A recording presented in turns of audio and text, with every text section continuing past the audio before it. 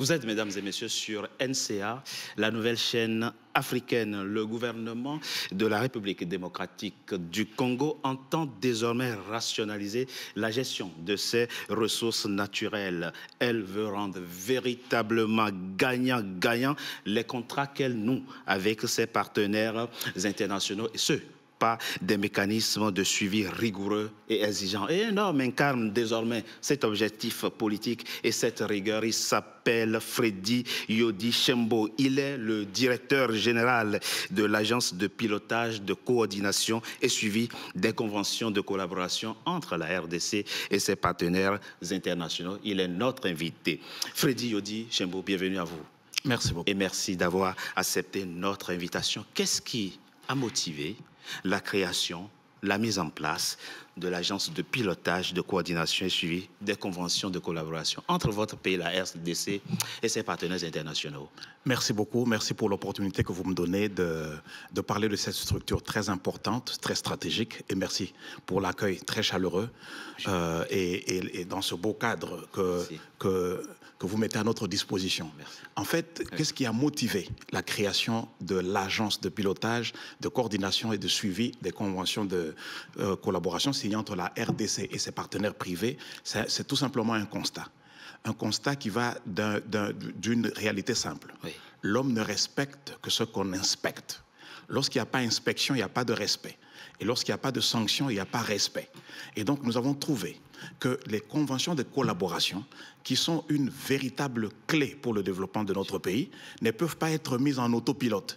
On ne peut pas faire une présomption et estimer que les uns et les autres respecteront leurs engagements. Et donc, c'est à partir de ce constat que la RDC s'est décidée de se doter de cet instrument très, très stratégique afin que toutes les conventions, tous les partenariats, je vais expliquer tout à l'heure c'est quoi les conventions de collaboration, tous les partenariats de cette taille-là soient vraiment suivis de manière rigoureuse pour garantir non seulement les droits de la RDC, mais aussi les droits de ses partenaires, parce que personne ne vient dans un investissement pour perdre. Donc, il faut qu'on garantisse les droits et les obligations des uns et des autres. Comment comprendre que cet instrument aussi stratégique n'ait pas été mis en place auparavant? Bon, je ne sais pas, mais je crois que pour faire simple, c'est parti tout simplement d'un constat. Oui. Déjà, une petite historique pour vous situer. Bien sûr. La nécessité de cet ouvrage, de cet instrument. Oui. Qu'est-ce qui s'est passé? Il s'est passé qu'en 2006, lorsque la RDC connaît ses premières élections sous l'ancien président Kabila, le pays est post-conflit. Et le président Kabila décide en ce temps-là, n'est-ce pas, de faire un contrat social avec la population qui venait de lui faire confiance donc, et il lance ce qu'il a appelé la révolution de la modernité. C'est-à-dire il faut moderniser les infrastructures, il faut mettre le cap sur le développement. Et il a envoyé, le gouvernement a envoyé des émissaires à travers le monde pour chercher des partenaires qui pouvaient donc venir tout naturellement exploiter avec nous nos ressources naturelles pour nous permettre de construire les infrastructures de base. Les gens sont partis dans les pays occidentaux, ils n'ont pas trouvé un écho favorable jusqu'à ce que des partenaires chinois se soient mis dans un groupement d'entreprises pour venir signer ce qui a été connu au Congo comme programme sino-congolais ou la convention sino-congolaise ou encore le contrat chinois en 2008. Alors, c'est cette convention qui est donc la fille aînée de toutes les conventions de collaboration. C'était un partenariat de l'ordre de 6 milliards pour justement permettre la construction des infrastructures ferroviaires, routières et j'en passe. Mais force a été de constater que depuis 2008 jusqu'en 2023, l'année passée, il n'y a pas eu beaucoup d'infrastructures construites. Pourtant, le projet minier a prospéré. Et c'est comme ça que le législateur congolais a dit, le gouvernement congolais s'est dit, non, nous pensons qu'il faut créer une structure pour qu'il n'y ait plus ce vide, pour qu'il n'y ait plus ce déséquilibre. Et encore, faut-il ajouter qu'on a décidé en créant notre agence, le gouvernement congolais a décidé de justement créer une structure qui peut piloter des conventions de ce genre. Cette fois-ci, on n'est plus limité au seul programme sino-congolais, mais si on a compris que si on l'avait utilisé à bon escient, oui, ce service ou cette convention pouvait vraiment nous servir. Alors maintenant, on dit, OK, on va créer une structure qui va non seulement suivre cette convention, mais travailler durement à en amener d'autres, parce que le pays est grand et les besoins sont nombreux. Rentrons dans la technicité de la chose. C'est quoi une convention de collaboration? Une convention de collaboration, justement, oui, c'est un partenariat public-privé. Voici ce qui se passe. Voici le scénario simple pour ceux qui vont nous suivre. Vos compatriotes qui nous suivent comprennent mieux. Voici le scénario simple. Lorsqu'on veut construire les infrastructures ou bien répondre aux besoins publics dans un pays, on se tourne d'abord vers le trésor public. C'est ça. Le ministère des Finances, donc. Si le trésor public n'en a pas assez, ce qui est souvent le cas, parce qu'au moment où tout ceci se fait, actuellement, par exemple, mon pays, la RDC a un budget de près de 16 milliards. Et nous avons 58 000 kilomètres de réseau routier, pour ne parler que des routes. Si nous prenons 16 milliards pour construire 58 000 kilomètres, on a tout bouffé et ce n'est même pas suffisant. Donc le trésor public n'est pas suffisant. On se tourne là à la deuxième source, les bailleurs de fonds. Et nous savons que les bailleurs de fonds en Afrique, ils viennent en traînant les pieds. C'est vrai. Ils viennent souvent avec des choses qui sont structurées de manière à ne pas toujours répondre à notre besoin. Alors maintenant, reste la troisième source, c'est-à-dire le pouvoir public, n'est-ce pas, fait appel au secteur privé. Et on crée ce qu'on appelle un partenariat public-privé. Maintenant, lorsque les gens viennent dans le cadre d'un partenariat public-privé, ils bénéficient, ils sont accompagnés par les avantages du code des investissements. Bien sûr. Mais il arrive que les gens, à cause des besoins énormes dictés par la nécessité du développement d'un pays à la taille d'un continent comme la RDC, on a trouvé que les partenariats, le financement doit atteindre une certaine hauteur pour répondre aux besoins pressants. Et cette hauteur-là, il faut donner aux gens la motivation de venir investir autant d'argent. Cette hauteur est fixée à un seuil d'1 milliard de dollars américains. C'est ça. Et donc, lorsque vous atteignez ce seuil d'1 milliard de dollars américains, vous tombez dans la catégorie des conventions de collaboration et vous avez un régime fiscal particulier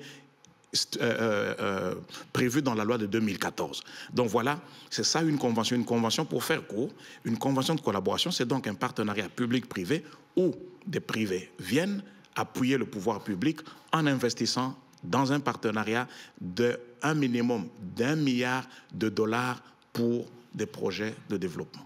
Je suis une entreprise privée chinoise, canadienne ou américaine. J'ai besoin d'acheter du coltan en RDC. Je noue un contrat avec votre gouvernement. Et vous, votre rôle, c'est de faire quoi? Notre rôle, vous êtes un entrepreneur ou un groupement d'entreprises chinois, oui, vous venez en RDC, vous vous adressez à nous. Si vous voulez investir au-delà d'1 milliard. C'est ça. Et ce n'est pas un achat direct, c'est un investissement en exploitation commune. C'est un partenariat. Les gens qui viennent en achat direct, ils vont acheter... je peux vous dire que vous n'allez pas trouver des matières premières qui sont en train de traîner pour être achetées. Vous venez en partenariat. Donc vous vous adressez à nous et la première chose que nous faisons, ce sont des démarches de facilitation. Nous devenons donc votre porte d'entrée et votre guichet unique. Vous arrivez chez nous, nous prenons votre dossier, nous l'étudions, nos experts l'étudient et nous allons en ce moment-là nous adresser à tous les ministères sectoriels qui sont impliqués dans ce que vous voulez.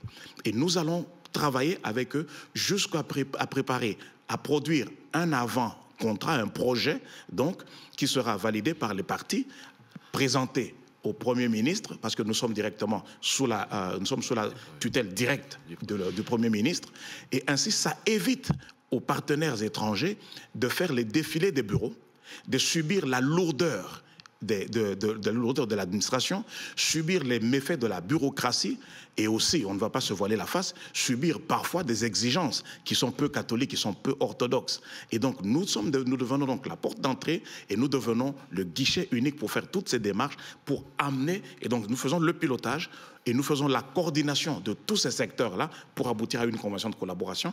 Et lorsque cette convention est signée, nous devenons la structure, elle nous revient pour faire le suivi, pour qu'on se rassure que l'esprit de la convention est respecté, les obligations et les droits sont respectés par toutes les parties. Le partenaire international n'est pas laissé seul sur l'exploitation, mais il bénéficie de votre concours de votre appui et même du suivi de votre structure.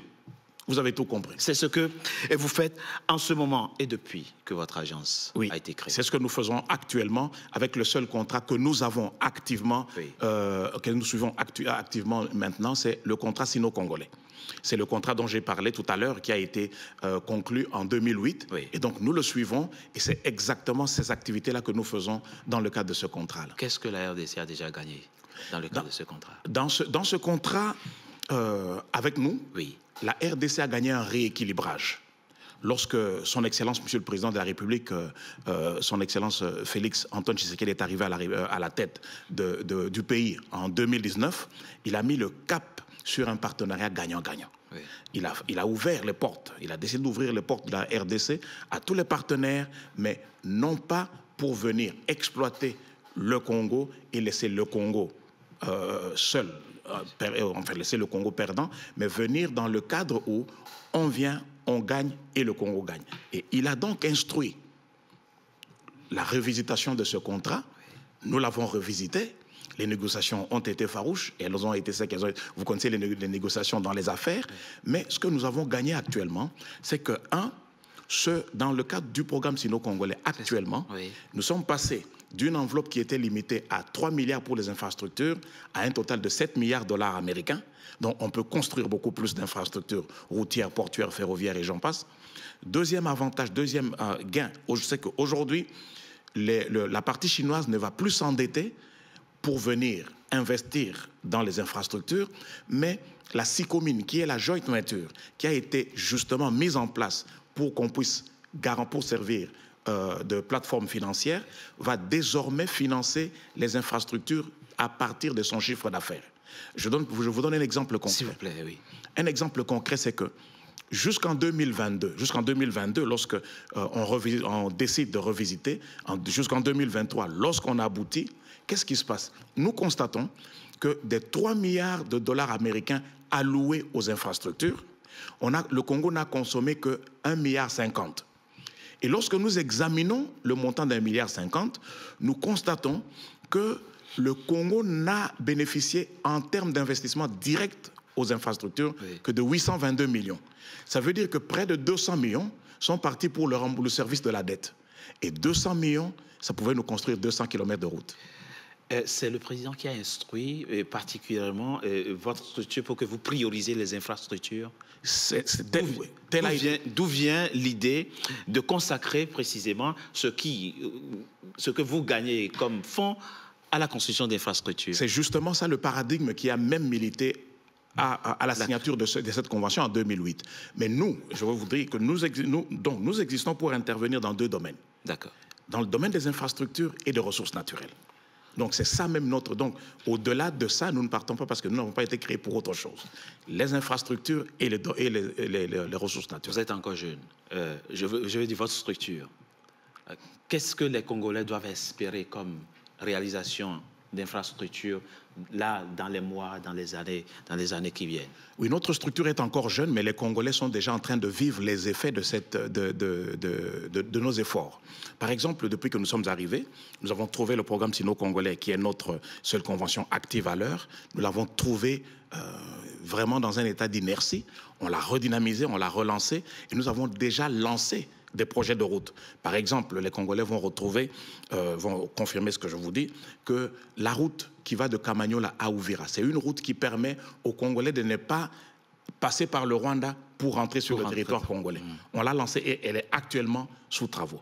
Nous avons lancé plusieurs autres ouvrages tels que la viabilisation de Lumumba-Ville, qui est une ville que le chef de l'État a déclaré, c'est un petit village, le chef de l'État a décidé d'élever ce village natal de notre héros national, Patrice Emery Lumumba, au niveau d'une ville. Et nous sommes partis et nous avons lancé des travaux d'aménagement pour que ça devienne une vraie ville, pour ne citer que ces 2. Mais nous sommes en train de faire vraiment un effort de désenclavement. Mais ça, c'est ce qui est en train d'être fait. Mais ce qui va bientôt être fait, c'est un énorme chantier qui va être lancé à travers la République. Dans les années qui vont suivre, le Congolais pourra prendre sa voiture de Kinshasa, conduire jusqu'à Lubumbashi, aller-retour sans problème. Nous sommes en train de lancer cette route nationale. Kinshasa va connaître une route périphérique. Nous sommes en train de lancer donc une rocade autour de Kinshasa.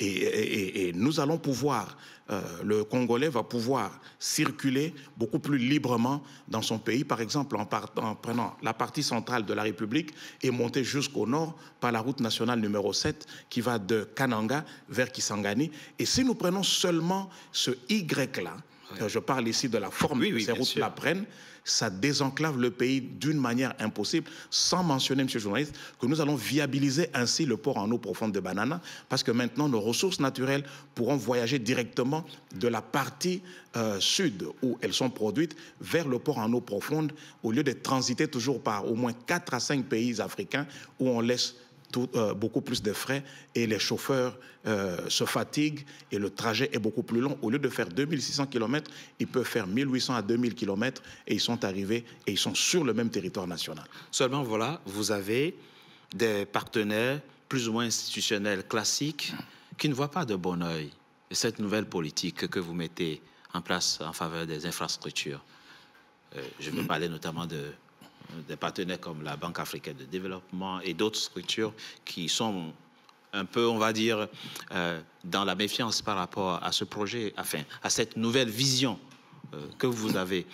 Comment est-ce que vous arrivez quand même à articuler votre partenariat institutionnel et classique avec ces partenaires internationaux? Oui, notre agence est une innovation. Oui. Et l'innovation, c'est un changement. Et le changement énerve. Le changement trouve un ordre établi qu'il essaye de changer. Et donc, pardonne-moi la tautologie, mais donc, la venue de notre institution n'est pas vue du même œil par tout le monde, vous avez absolument raison, mais tout ce que nous faisons, c'est rassurer les uns et les autres. Nous comprenons que les banques, par exemple la BAD, pour ne citer que celle-là, ne peut pas voir d'un bon œil le fait que nous contournons le schéma traditionnel des emprunts. Or, les emprunts énervent la balance des paiements. Nous sommes en programme, par exemple, actuellement avec le Fonds monétaire international. Et donc, pour ne pas verser dans le domaine financier, la vérité, c'est que la banque vit en vendant l'argent. Et si elle ne peut pas prêter, elle ne peut pas vivre. Et lorsque nous venons avec cette méthode révolutionnaire d'un investissement, il y a certains qui pensent que c'est un bradage. Bradage, c'est se vendre à vil prix, c'est vendre à perte. Ici, on ne vend pas. On ne vend pas les minerais, on fait un investissement conjoint.